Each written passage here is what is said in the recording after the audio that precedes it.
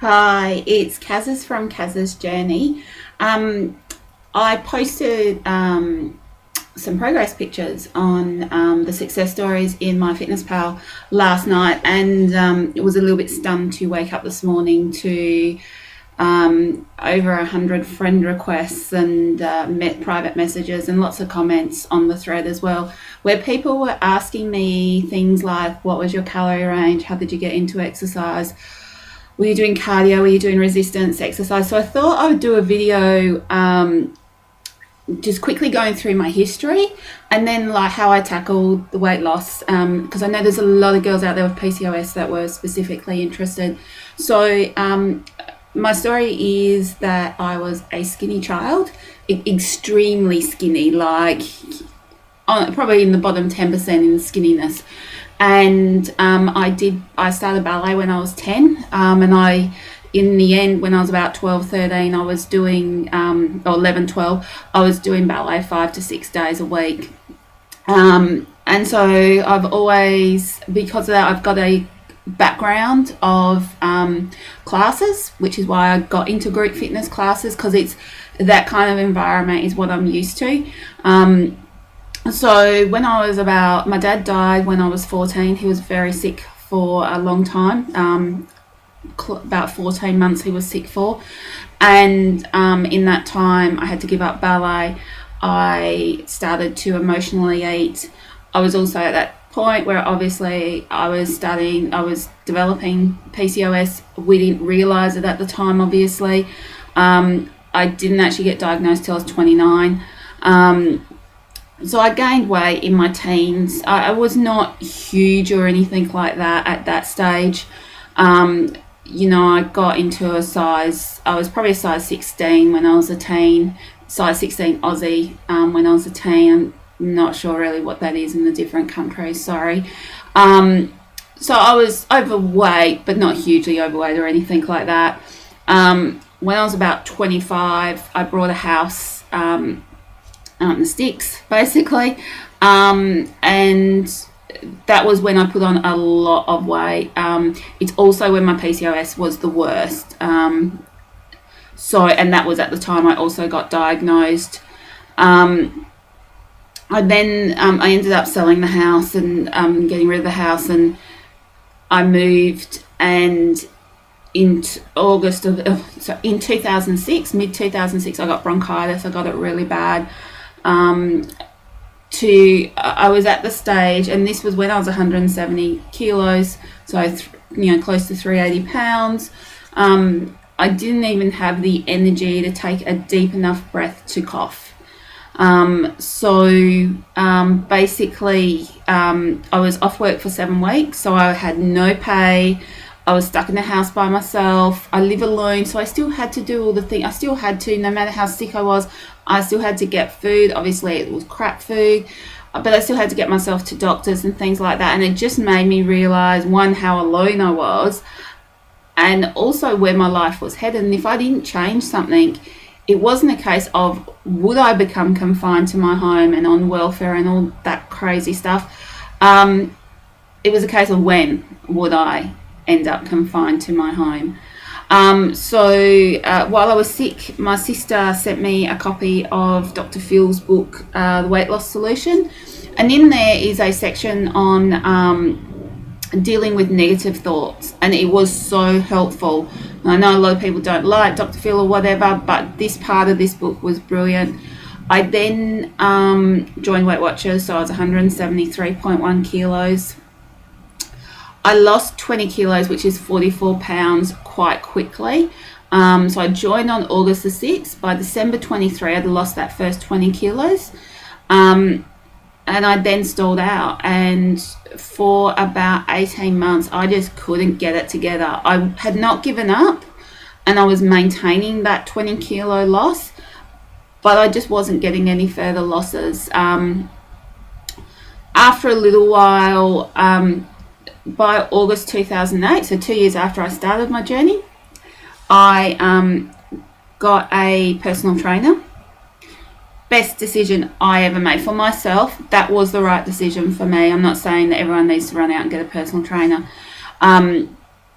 she just kind of got me, and she wasn't a trainer that was, demanding that I have huge losses every week and that, I do this and I do that. She pretty much left it up to me to control. She just wanted to kind of, her focus initially was just to get me to like the gym because I told her I hated it. So at that point, I was doing one session a week. So it was 30 minutes of resistance work, and I would warm up for 10 minutes on the bike beforehand. That was it. And that was it for months. At this point, I had, after a couple of months, I had lost a bit more weight.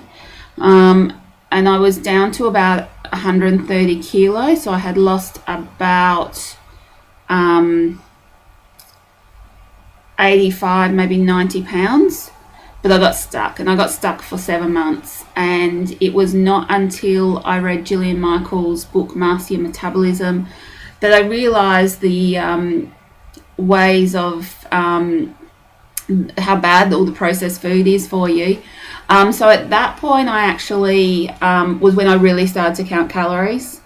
And it was really when I started to get some significant losses. I then that was at the end of 2009 when I read the book. 2010 I started it. I started to follow her principles, so I started to really watch what I eat, and I lost 40 kilos over the next 2 years. So by mid last year I was actually 20 pounds lighter than I am now, early last year. The problem was that I didn't have a clear understanding of what I was going to do when I got down to or close to goal. I have a much better understanding of what I'm going to do now. And I put some of the weight back on. My mum then passed away about 4 or 5 months ago, and which led to back to binge eating. We are never over it. It is a constant battle. And it was only Christmas time that I got back on track, 26th of December, that I really got back into it. Haven't binged since. I haven't eaten bad since. I've stuck to my calories. I'm so impressed with myself, it's not funny. I, of course, then went and broke my wrist. So we're just over 3 weeks into this injury. So for that reason, I had to change things a bit. But so some of the questions that people asked me was, what was the calories that I started at? So until I was about 210 pounds, so about 105 kilos, I ate 1,800 calories a day. Now, I did something which probably you've heard about before. A lot of people say it's rubbish, doesn't really work. I dispute that. I don't do it at the moment, but I certainly, when I struggle, it's the one thing I go to, and that's Calorie Cycle or Zigzag. So I would base it, if you actually go into Google and do a search on Wendie, WENDIE plan, it comes up. It's a Weight Watch. It's a very, very, very old webpage. And it was a girl from Weight Watchers that wrote that page up. That was what I based it on. So even though I was counting calories, I used that as a guide. So basically, the days I do a lot of exercise would be a higher calorie day. So for example, if I was eating 1,600 calories a day, Saturday I usually burn over 1,000 calories. So I might make Saturday a 2,000 calorie day. I might make Tuesday, when I run, a 1,800 calorie day. Wednesday and Friday and Sunday I don't tend to exercise a great deal, so I might make them 1,300 calorie days, for example. And you do it till you balance it all out so that it equals your 1,600 calories. In relation to what I ate, I try and eat as little processed food as possible, but I'm not perfect, and neither are you, and none of us are. So, there are times where I do eat non-processed foods, and that's life. But just do, if you go for that 80-20 ratio, so try to get 80% food that's, not processed. and then you've got a little bit of wriggle room for those bad things, which we all eat. Just try to keep it under your calories. If you've got the calories, so be it. In relation to exercise, I worked up to doing group fitness classes, and that's what I enjoy doing. I now have 2 personal trainers, so I train with Fiona on Tuesdays, and we usually run for an hour, and then I train with Sarah on Mondays and Thursdays. And before the injury and after the injury, that will be weight work. So obviously at the moment I'm not doing that. We're doing lots of like cycling and squats and lunges and kicking boxing bags and things like that at the moment. But when I'm healthy and don't have an injury and I'm doing exactly what I want, I do my 3 sessions of weights. So I do 2 with Sarah, and I do a body pump class on the weekend. The rest of my workouts is all cardio. So I find for me the best mix is lots of cardio, and with my resistance training, a mixture of body weight work and actual heavy weights. So when I say body weight work, it's lots of crawling on the ground. It's lots of it's hard to even explain it, but certainly push-ups, crab crawls, just stuff where you're having to hold your body up.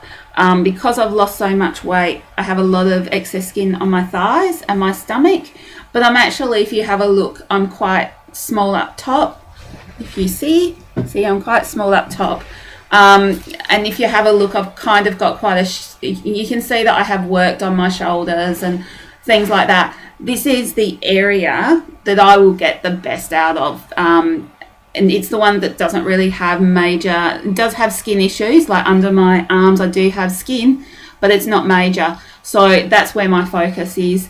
I still do a little bit of a lower body work, but it's not really a focus. So cardio with some resistance. For the bulk of my weight loss though, it was cardio and 1 session a week of resistance. I've only increased the resistance once I got under down around the 200 pound mark or 90 kilo mark, simply because I feel like I need to change it at this point. So I hope I've answered all those questions that I got. If you've got any other questions, leave me a message on MyFitnessPal, leave me a message on the Facebook group, and I will get to it. I know I have some other videos I've promised you girls. I know I promised one on motivation. I've also got a couple of questions to answer. I tried to do the motivation one last night and I just raved on for way too long, so I will work on that one very soon. I will get them up, but if you've got any other questions, just leave me a message and I will get to it as quickly as possible. And enjoy your day, and I will see you next time. Bye.